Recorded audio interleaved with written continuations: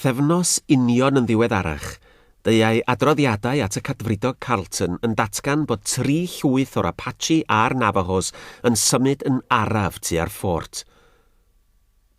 Maen nhw'n dod, Carlton. Pan lefarwyd y geiriau yno wrtho gan Kit Carson, gwyddau Carlton fod rhywbeth yn y gwynt. Ond beth fedran nhw i wneud? Ein hamgylchynu ni, sir. A be wedyn? Ymosodiadau bychain bob nos, cadw pawb yn effro drwy'r amser, yn blino'n ara bach, sir. Weithydd hynny byth. Pe cael mi'n cael fewn am fus, sir. Dechreuodd y cadfridog gamu ar hyd ac ar led yr ystafell. Roedd o'n meddwl. Ble arall medran nhw gael bwyd y geia yma? Mae'n rhy hwyr iddyn nhw ail blannu had, ac mae'r buffalo wedi mynd yn rhy bell i'r gogledd, sir. Ar wahan i stori hogofau, bydd rhaid iddyn nhw brynu neu gyfnewid. Aros. Oedodd Carlton, fel pe bai rhywbeth wedi daro'n sydyn. Ble mae'r ogofau? Chwarddodd Carson. Dyw ar Navajos a wir hynny, sir. Maen nhw'n mhobman ar hyd a lled y mynyddoedd o gwmpas Ceinant dy Cheili. Mae yna 10 yn y creigiau sydd ar y ffordd i mewn i Ceinant dy Cheili. Yno maen nhw'n sychu a chadw cynnyrch eu perlliannau. Roedd Carlton wrth gerdded, wedi cyrraedd i ddesg ac wedi eistedd wrthi. Roedd yn edrych ar y map ar wal o'i flaen.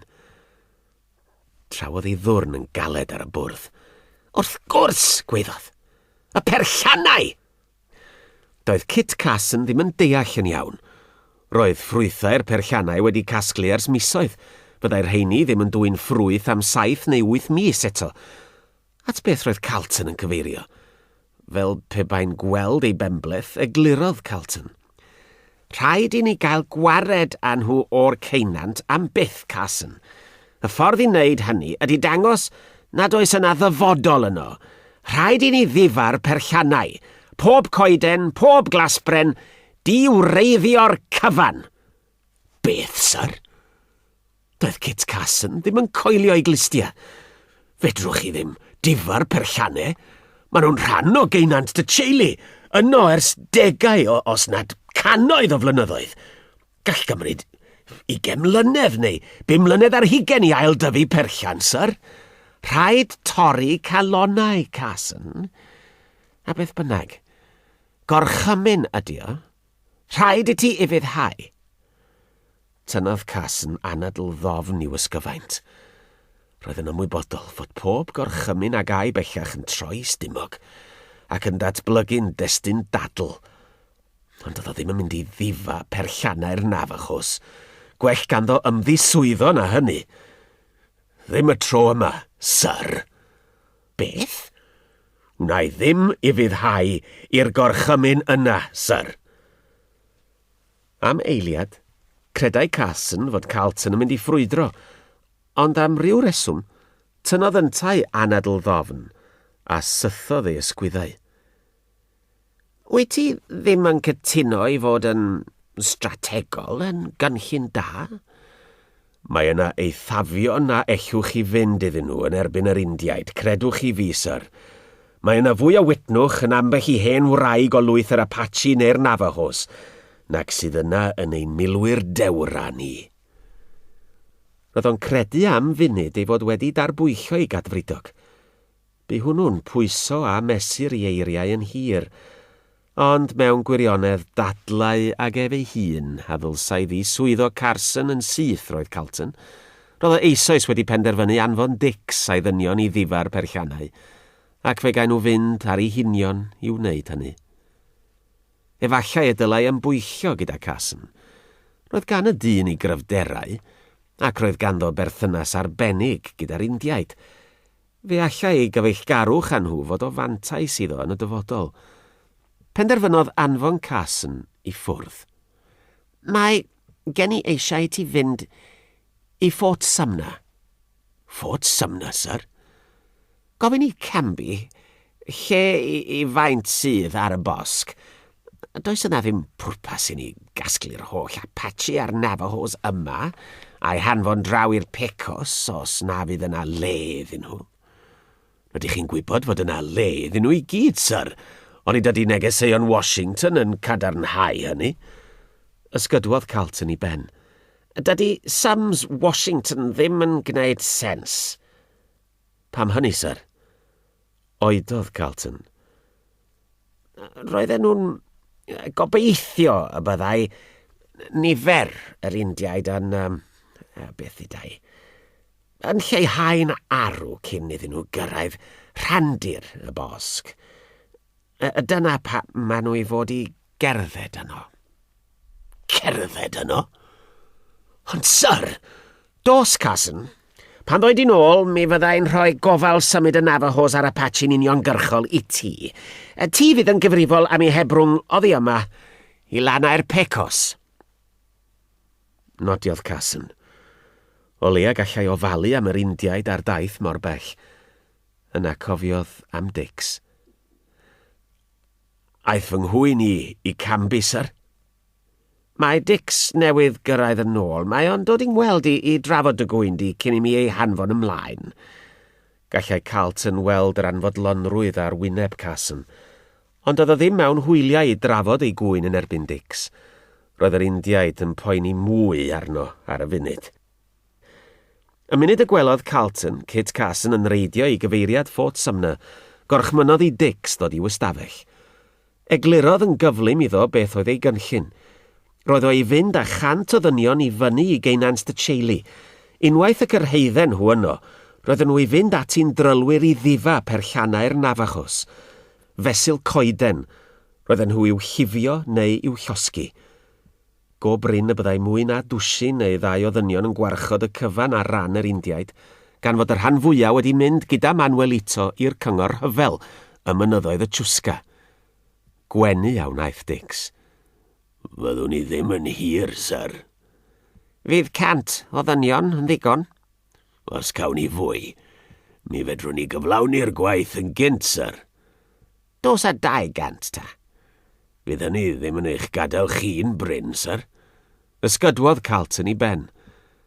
Mae'n gadael 300 da yma. Mi wnawn ni hebddo chi am wythnos. Gyda llaw, gan dy fod ti'n gorfod mynd â wagen, beth am fynd â chydig sachau o galch, a ffotelaid neu ddwy o wenwyn? Meiniodd llygaid Dix. Doedd o ddim yn deall. Mae ganddyn nhw ffynhonnau, tyllau dŵr ac afonydd yn y Ceunant, yn does? Gwenodd Dix a nodiodd. Ac maen nhw'n yfed dŵr y ffynhonnau ac yn bwyta pysgod yr afonydd. Gorffen y job, wir ddiw? Yn oson honno, yn dawel fach, llithrodd 200 o filwyr allan o Fort Defiance, a symud mor gyflym ag y gallai'r wagen deithio. Roedd hi'n cario'r gwenwyn, y calch, y bwyell, y llifiau a'r cerosin.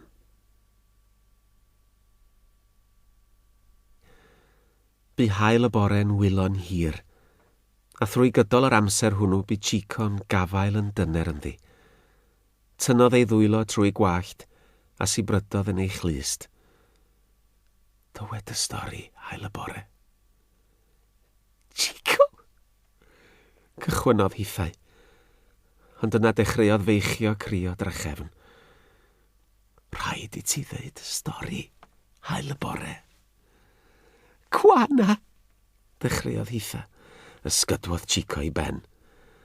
Gafeilodd yn ei hwyneb a'i ddwy law ac edrychodd i fyw i llygaid. Rhaid i mi gael dy stori di, nid stori Gwana. Dwi wedi clywed stori Gwana, ond dwi ddim wedi clywed y stori di. Chiquito, meddai. Roedd Chiquito cysgu yn y tipi. Daeth y gotiau glas. Fesul brawddeg, gair a deigryn. Fe glywodd Chico stori hael y bore. Doedd o ddim eisiau ei chlywed hi eto, ond gwyddai mai dyma'r unig ffordd y byddai hael y bore'n cael gwared a'i phoen. Am gryn awr, Bu Chico'n gwrando, a phan orffennodd hael y bore ei stori, cusanodd Chico hi'n hir. Mae'n hynafiaid wedi gorfod dioddau llawer dan law ein gelynion hael y bore. Ond mae'n dioddefaint ni heddiw yn fwy. Nid y biaswn ni'n dymuno hynny.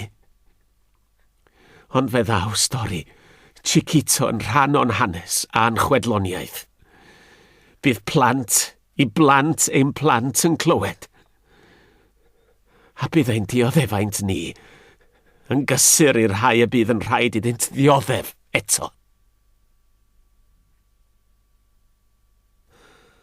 Y mynyddoedd y Chusca, rhyw 20 milltir o Fort Defiance, roedd cyngor hyfel yr Apache a'r Navajos yn cyfarfod. Pan gyrraeddodd Geronimo, roedd yr rhan fwyaf ohonynt yno, yn paratoi at ryfel yn erbyn y cotia glas. Roedd y newyddion am yr ymysodiad ar wersyll Geronimo wedi lledaenu trwy'r llwythau fel tân gwyllt.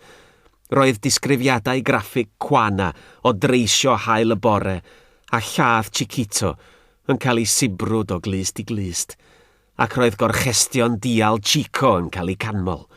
Roedd cyflafan camp Grant newydd ddigwydd, ac roedd yna awydd mawr ymhlith pawb am ddial. Bu'r penaethiaid yn siarad ac yn cynllunio'n hir, cyn galw pawb ynghyd I egluro'r cynllun.